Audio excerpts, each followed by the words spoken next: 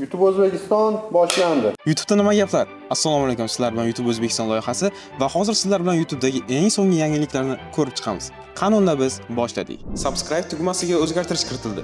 Agar siz ham kanalga obuna bo'ling deb yurgan bo'lsangiz, endi kanalga obuna bo'ling va hamjamiyatimizga qo'shiling ham deyishingiz mumkin. Ya'ni YouTube subscribe tugmasini oldiga join tugmasini ham qo'shdi. Xo'sh, bu nima degani? Keling ko'rib chiqamiz. Endi siz YouTube kanalingiz uchun a'zolik asosidagi kontentlar ham yaratishingiz mumkin. Ya'ni faqat pul to'lagan obunachilar uchun maxsus videolar, efirlar va qanaqadir hamjamiyat a'zoligini bildirib turuvchi belgilar taqdim eta olasiz. Har bir kanal o'ziga xos imtiyozlar taklif etadi, lekin odatda imtiyozlar asosan quyidagilarni o'z ichiga oladi.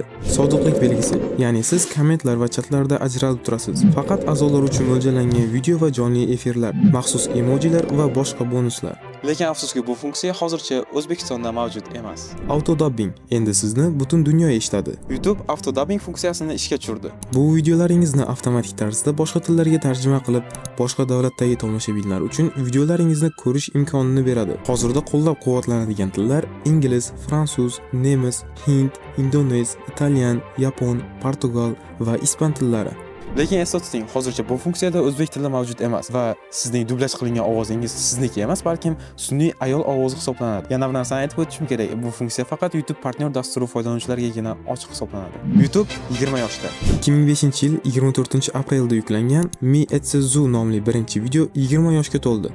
Shunday ekan, keling bugungi YouTube statistikalari bilan tanishib chiqamiz. Har kuni 20 milliondan ortiq video yuklanadi va 100 milliondan ortiq kommentlar yoziladi. YouTube barcha stream platformalari ichidagi eng ko'p vaqt sarflanadigan platforma. Ya'ni foydalanuvchilar televizor yoki boshqa streamga qaraganda ko'proq YouTube'ni tomosha qilmoqda. 4-o'zgarish sarlavha.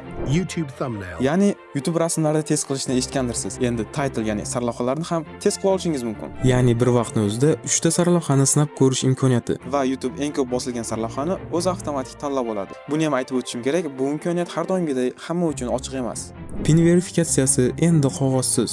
Google AdSense endi 24 ta davlatda pin verifikatsiyasini qog'ozda emas, balkim onlayn olish imkoniyatini berdi. Bu tezroq, aniqroq va ekologiya uchun ham albatta foydali. Afsuski, bu ro'yxatda O'zbekiston bormi, yo'qmi, hozircha aniq ma'lumotlar mavjud emas.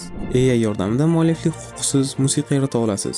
Endi YouTube sizga AI yordamida fon musiqasini yaratib berishi mumkin. Ya'ni siz endi copyright bilan bog'liq muammolarsiz fon musiqalarini avtomatik tarzda yaratishingiz mumkin. Albatta, bu sizning vaqtingizni tejaydi. Videoga mos vibe hosil qilishni osonlashtiradi. Lekin bu inson tomonidan yaratilgan san'at qiymatini tushirib yubormaydimi? Sizlar bilan YouTube O'zbekiston kanali bo'ldi. Kanalga obuna bo'lishni unutmagan holda, xayr, salomat bo'ling. Bo'ladimi? Yaxshimi? Ketdimi?